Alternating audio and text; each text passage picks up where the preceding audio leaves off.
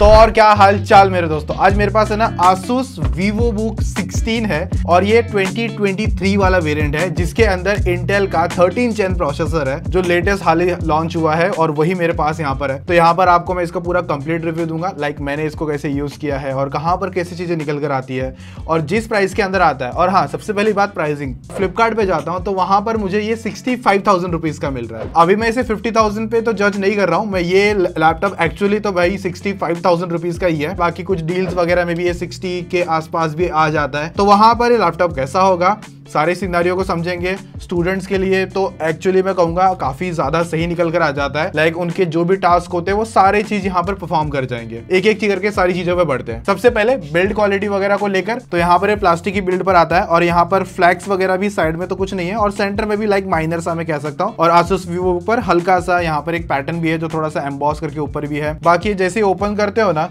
तो इसके ऊपर जो कीबोर्ड है ना आपको फुल साइज का मिलेगा, लाइक 100% कीबोर्ड है जहाँ पे नम पैड भी है और एंटर बटन पर हल्का सा टेक्सचर भी दे रखा है। और इसका जो ट्रैक पैड है ना वो अच्छी खासी बड़ी साइज में आता है। ध्यान देने वाली बात है यहाँ पर आपको ना फिंगरप्रिंट सेंसर भी मिल जाएगा, लाइक फिंगरप्रिंट के थ्रू आप इसे अनलॉक भी कर सकते हो, तो वहां पर भी सॉर्टेड है। और एक चीज बता दूं, यहाँ पर इसका जो कीपैड है ना 3 बैकलाइट पर मिलता है, मतलब 3 लेवल की बैकलाइट्स हो गई। और रही बात इसकी टाइपिंग एक्सपीरियंस को लेकर तो भाई मैंने जितना एक्सपीरियंस किया है मुझे कहीं प्रॉब्लम नहीं लगी, एकदम परफेक्ट काम कर रहा है। चिकलेट कीबोर्ड्स आते हैं वैसे तो ये, बट प्रॉपर टेक्टाइल भी है और ठीक ठाक अपना काम कर जाते हैं। और रही बात यहाँ पर है ना पावर बटन एक यहाँ पर दे रखा है जो भाई पर्सनली मुझे पसंद नहीं है, कभी कभी गलती से क्लिक हो जाता है। और मेरा यहाँ पर थॉट था कि लाइक ये ना अलग से दे देते तो थोड़ा सा ना लाइक संतुष्ट रहते हैं हम। पर एक बात और रही, जो यहाँ पर ये जो एरो कीज है ना ये भाई पर्सनली मुझे पसंद नहीं है, थोड़ी सी बड़ी साइज होनी चाहिए, बहुत ही छोटी छोटी सी दे रखी है। और रही बात इसका ट्रैक पैड भी काफी अच्छी क्वालिटी का है, मल्टी जेस्चर वगैरह सब कुछ ले जाता है और बड़ी साइज का ट्रैक पैड है जो प्रॉपर तरीके से काम करता है। बाकी एक चीज है ये ना 15 इंच की चेसी है और इस पर है ना जो स्क्रीन साइज है ना ये 16 इंच का आता है, तो जहां पर ये अच्छी तरीके से वाइडर डिस्प्ले देखने मिल जाता है। और इसका एक्सपेक्ट रेशियो भी ना 16:10 का आता है। बाकी रही बात ये बिल्ड क्वालिटी, हिंचेस की बिल्ड क्वालिटी और हिंचेस की बात अगर कर ही रहे तो ये जो लैपटॉप है ना पूरा कुछ इतना हेलो हो जाता है। एक्चुअली सोच रहा था कि इतना फ्लैक्स करने का फायदा क्या है। कैसा होता है कि जैसे कि बहुत सारे लैपटॉप होते हैं कि वो लाइक इतने लेवल तक जाते हैं, पर एक बार होता है कि गलती से या फिर कोई घर में अगर छोटे बच्चे होते हैं तो उनको तो आइडिया नहीं रहता ये सब चीजों को लेकर, तो वो तो दबा देंगे एकदम से, कुछ होता है ना, तो यहाँ पर जब आप इसे दबाओगे तो ये नीचे चले जाएगा, तो वहां पर ये प्रॉपर बैठ जाता है। तो ये मोड देने का तो मुझे पहले मतलब नहीं समझा था, बट बाद में थोड़ा समझा क्यों देना 180 डिग्री वाला फायदा क्यों होता है। और रही बात यहाँ पर है ना इस भाई साहब को अगर सोचोगे कि एक हाथ से खोल लोगे तो वो पॉसिबल नहीं है, क्योंकि लाइक यहाँ पर अभी बंद किया और जैसे खोलने जाओगे तो ऊपर ये भी आ जाएगा भाई, 2 उंगलियां लगेगी इसको ओपन करने में। और फ्रंट पर इसका वेबकैम भी मिलता है जिस पर है ना शटर भी मिलता है, तो यहाँ पर आप लाइक इसे ओपन कर सकते हो, क्लोज कर सकते हो। और रही बात इसके बेजल्स वगैरह साइड में से भी अच्छे खासे पतले हैं, नीचे से भी ठीक है और अप से भी साइड सही आता है। सो ओवरऑल इसकी बिल्ड क्वालिटी, हिंचेस वगैरह प्रॉपर आ जाती है और मुझे पर्सनली अच्छी लगी है। और इसका वेट भी देखोगे तो भाई यहाँ पर ये थिन एंड लाइट की कैटेगरी में ऑलमोस्ट आ जाता है, कैरी करने में भी ज्यादा प्रॉब्लम नहीं है, आराम से कहीं भी कैरी कर सकते हो इजीली। तो बैक साइड से देखोगे तो यहाँ पर अगर है, यहाँ पर इसका फैन है, बाकी यहाँ से पूरा पार्ट ये ग्रिल खुल रखा है, ये बंद है। और यहीं पर ये बॉटम फायर स्पीकर मिल जाते हैं और रबर पैडिंग मिल जाती है, ये दो, ताकि आपके लैपटॉप एकदम स्टडी रहे। बाकी इसकी जो बिल्ड क्वालिटी है ना तो यहाँ पर हमें US military grade body build basically मिल जाती है, तो अच्छे खासे टेस्टेड रहते हैं, गिरने पर भी ज्यादा तकलीफ नहीं आती, उस तरीके से इसे मेजर किया गया। हालांकि मेरे हाथों से अभी तक तो गिरा नहीं है, कितना ज्यादा स्टडी है नॉल वगैरह हो तो कभी गिर गया गलती से तब पता चलेगा। तो रही बात पोर्ट्स को लेकर तो डीसी मिलता है, HDMI मिल जाएगा और 2 USB टाइप ए 3.0 मिलता है। बाकी ये जो टाइप सी पोर्ट आता है ना इसके अगर आप लाइक मोबाइल चार्जर से भी इसको चार्ज करोगे ना तो भी चार्ज हो रहा था। और मैं पर्सनली बोलूं, मैं इसका जो लैपटॉप के अंदर चार्जर आ रहा था ना डायरेक्ट डीसी इन वाला, उसको मैंने कभी यूज ही नहीं किया, मैंने मोबाइल चार्जर से इसको चार्ज किया है और परफेक्ट चार्ज हो रहा था। और हाँ, लेकिन इससे अगर आप कोई डिस्प्ले आउटपुट लेना चाहते हो तो वो सब पॉसिबल नहीं है। मेरे पास एक डॉक है, उसके थ्रू ट्राई कर रहा था पर वो हुआ नहीं, तो डिस्प्ले आउटपुट मिलेगा नहीं। HDMI से आप लोग 4K at 60 FPS का आउटपुट ले सकते हो आराम से। और यहाँ पर सिंगल USB टाइप ए 2.0 मिलता है। और रही बात एक साइड में एक एयर वेंट है और यहाँ पर भी आपको एयर वेंट मिल जाता है। और ये जो टाइप सी पोर्ट है ना थंडरबोल्ट को सपोर्ट नहीं करता वैसे। और एक बात है, मैंने इसका ना बूट टेस्टिंग भी करके देखा है तो अराउंड है ना 8 सेकंड के अंदर ही पूरा मस्त में चालू हो जाता है। तो यस, अभी ऑफ कोर्स यहाँ पर कुछ की हाईलाइट स्पेसिफिकेशन जो आपको मिलेंगे, i5 13500H मिलता है, एक्चुअली 13 जनरेशन हो गया, और इस पर है ना आपको टोटल 12 कोर मिलते हैं, जिसमें से 4 कोर परफॉर्मेंस के हैं और 8 कोर एफिशिएंसी कोर्स आ जाते हैं। तो टोटल 12 कोर है और ऑलमोस्ट 16 थ्रेड मिल जाएगी। और जो जीपीयू इसके अंदर है ना वो इंटेल का IRX XE ग्राफिक्स है, कोई डेडिकेटेड एनवीडिया या फिर AMD की तरफ से जीपीयू इसके अंदर फिलहाल तो नहीं है। और 16 GB की DDR4 32 मेगाहर्ट्ज वाली रैम आती है, और इसके अंदर है ना 2 स्लॉट है, तो एक में 8 GB और दूसरे में 8 GB, टोटल 16 GB रखी है। और इस पर है ना आप लोग टोटल अपग्रेड कर सकते हो 24 GB का। तो अपग्रेड करने के लिए आपको दोनों में से कोई एक रैम तो निकालनी पड़ेगी, और आप 16 GB की एक्स्ट्रा रैम डालोगे तो 16 + 8 24 GB आपका ऐसे हो जाएगा। तो आपको एक रैम को खाली करना पड़ेगा। 512 GB की SSD आती है, और ये H सीरीज वाला प्रोसेसर है, तो इसकी जो TDP है ना मैक्स है ना बूस्ट हो सकती है 45 वॉट तक, और ये 35 वॉट तक नॉर्मली रहेगा समझ लो,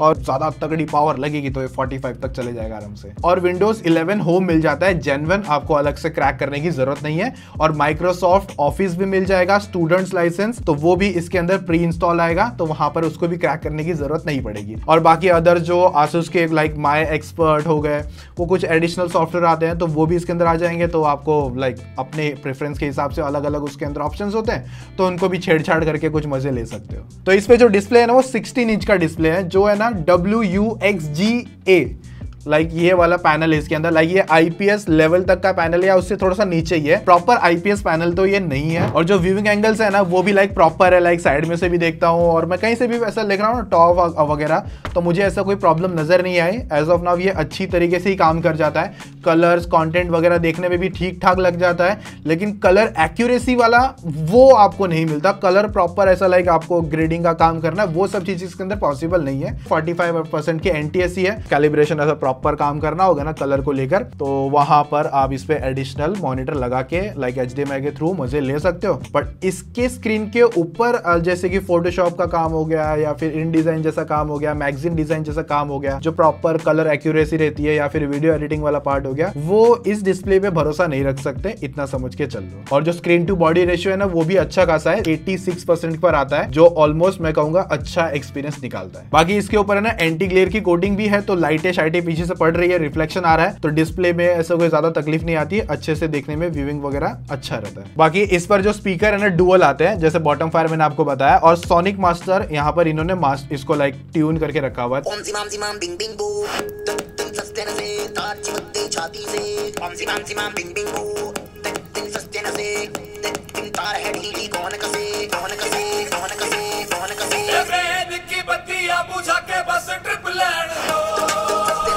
तो मैंने सुन के देखा इसका स्पीकर आउटपुट, और इतना बोलूंगा कि लाइक ये बहुत ज्यादा ब्लास्टर भी नहीं है और वीक भी नहीं है, लाइक थोड़ा सा मिड में आते हैं। आपका थोड़ा बहुत ऐसा कंटेंट सुन जाएगा, शांत एरिया में बैठ रहे हो तो कोई ज्यादा टेंशन नहीं है, लेकिन थोड़ा सा ऑफिस जैसे एरिया में बैठ गए, शोर शराबा हो गया, तो वहां पर थोड़ा सा स्पीकर सुनने में तकलीफ होगा, लाइट एकदम एक्सपीरियंस आएगा। तो लाइक मैं कहूंगा ओके सा स्पीकर है। बाकी कनेक्टिविटी के अंदर लेटेस्ट है, Wi-Fi 6E मिल जाता है, dual band wifi of course support कर जाएगा, ब्लूटूथ भी अच्छा खासा लेटेस्ट है, तो वहां पर तो कोई कनेक्टिविटी में कोई ऐसा मुझे मेजर इशू नहीं लगा। हाँ, जो आपका ईथरनेट पोर्ट हो गया लाइक अपना RJ45 वाला, वो इसके अंदर नहीं है, तो वो आपको एडिशनली कोई भी लाइक कन्वर्टर आएंगे USB to RJ45, वो लगा के यूज कर सकते हो। और इस पर है ना वेबकैम आता है, 720p का ही आता है वैसे, और 2 array माइक है, लेकिन अभी आप देखोगे ना तो कैमरा बंद है, इस पे ढक्कन लगा रखा है, वैसे तो शटर एक्चुअली कहेंगे, और यहाँ से आप इसे हटा सकते हो और आपका वेबकैम चालू, आप प्राइवेसी के लिए आप बंद भी कर सकते हो। बाकी अगर देखोगे तो ये इसका वेबकैम है जो 720 पर ही मैक्स रिकॉर्ड कर सकता है, तो जूम कॉल या नॉर्मल आपकी मीटिंग में ऐसा रहेगा। अभी तो यहाँ पर अच्छी खासी लाइट है, तो अगर थोड़ा सा अंधेरे में भी आ जाए बैक साइड में तो कुछ इस तरीके का यहाँ पर होगा, और ऑफ कोर्स ISO बूस्ट हो जाएगा। और अगर आपको लगता है कि नहीं भाई बंद कर दो, पीछे से कोई आ गया है, तो बंद कर सकते हो, और एकदम से ओपन कर लिया, लाइक कैमरा शटर हटा लिया। और मैं थोड़ा सा एक्सपेक्ट कर रहा था लाइक यहाँ पर 720 ना होके लाइक अपना 1080p होना चाहिए था, और जो ऑडियो भी था ना वैसे हाँ इसी के ही माइक से आ रही है। तो अभी थोड़ी सी टेस्टिंग और बेंचमार्क को लेकर बात कर लेते हैं। तो इसकी जो NVMe स्टोरेज आ जाती है, तो उसका जो रीड एंड राइट का स्पीड है वो भी यहाँ पर अच्छा निकल कर आता है, और एक है कि कॉपी पेस्ट वगैरह फास्ट है, अच्छे से हो जाएंगे। फिर अपना Cinematch R23 का स्कोर देख सकते हो, 3D मार्क का अभी यहाँ पर हम लोगों ने स्कोर निकाल के देखा। Geekbench 5 के भी सिंगल एंड मल्टी कोर भी चेकआउट कर सकते हो। अभी ये जो स्कोर दिखाने का देखो मतलब क्या हो जाता है, एट द एंड सिंपल अगर आपको समझना है तो अपने लाइक है ना 60,000 के आसपास आपने कोई बजट बना के रखा है कि हाँ मुझे 60,000 में लैपटॉप लेना है, तो आप क्या कर सकते हो, इन बेंचमार्क स्कोर्स को है ना ऐसे किसी दूसरे लैपटॉप के साथ में कंपैरिजन कर सकते हो, जिससे आपको क्या होगा क्या कि हाँ अंदाजा लग जाएगा कि ज्यादा अच्छे स्कोर तो ज्यादा अच्छी परफॉर्मेंस ऑफ कोर्स मिलने वाली है। तो वो नंबर्स को आप लोग लेकर ध्यान में उस हिसाब से कंपैरिजन कर सकते हो कि जो मैं ये देख रहा हूं और XYZ कोई दूसरा प्रोडक्ट होगा तो उसमें कितना ज्यादा डिफरेंस आएगा।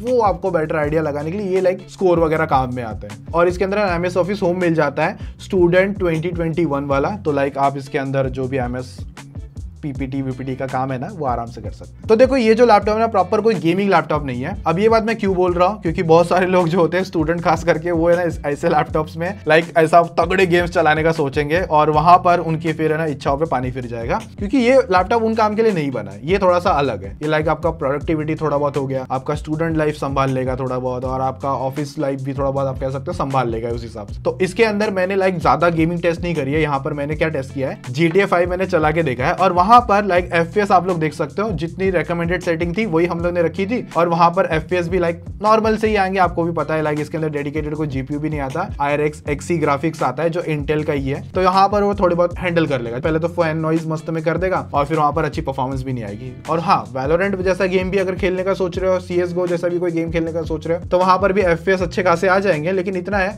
कि लाइक 60 हर्ट्ज का ही पैनल है, तो लाइक 60 हर्ट्ज वाले ही मजे ले पाओगे। तो एट द एंड मैंने जैसे सिंपल में आपको बताया कि ये जो लैपटॉप है ना गेमिंग के लिए नहीं बना हुआ है। इसमें नॉर्मल कैजुअल गेमिंग कभी कभार आप लोगों ने घूमते फिरते कर ली तो कर ली, बाकी लेकिन ऐसा कोर गेमिंग के लिए वहां पर ये बैठता बिल्कुल नहीं है। प्रोडक्टिविटी में मैं कहूंगा लाइक अपना फोटोशॉप वाला पार्ट है लाइक वो प्रॉपर कर लेगा आपका, लेकिन कलर ग्रेडिंग के लिए डिस्प्ले प्रॉपर नहीं है। आपकी जो वीडियो एडिटिंग वाला पार्ट है ना, प्रीमियर प्रो जैसा कुछ ऐसा सॉफ्टवेयर है, तो वो आपको चलाना है तो वो चल जाएगा, लेकिन 4K की मतलब लाइक एडिटिंग में थोड़ा बहुत ये रोना स्टार्ट हो जाएगा। 60 FPS की भी रिकॉर्डिंग है तो वहां पर अच्छे परफॉर्मेंस दे देगा, और उसके बाद में रेंडरिंग करोगे तो और अच्छा खासा टाइम लेगा 4K का। 1080p तक का एडिटिंग में कहूंगा रेकमेंडेड है। रील्स वगैरह जो भी चीजें रहती है ना वो आप आराम से इसके अंदर एडिट कर लो। इस पे जो बैटरी है ना वो 42 वॉट आवर्स की है, जो 3 सेल बैटरी निकल कर आती है, और इस पर जो चार्जर आता है ना 65 वॉट का बॉक्स के अंदर आया था, बट मैंने जैसे कहा मैंने उस चार्जर को एक बार भी यूज नहीं किया है। मैंने ना लाइक मोबाइल चार्जर से इसको बार बार कनेक्ट कर रहा हूँ, और वो बहुत ज्यादा अच्छा है मेरे हिसाब से ना। आजकल के किसी भी लैपटॉप का ना वो फीचर दे देना चाहिए। इस पे रही बात बैकअप को लेकर,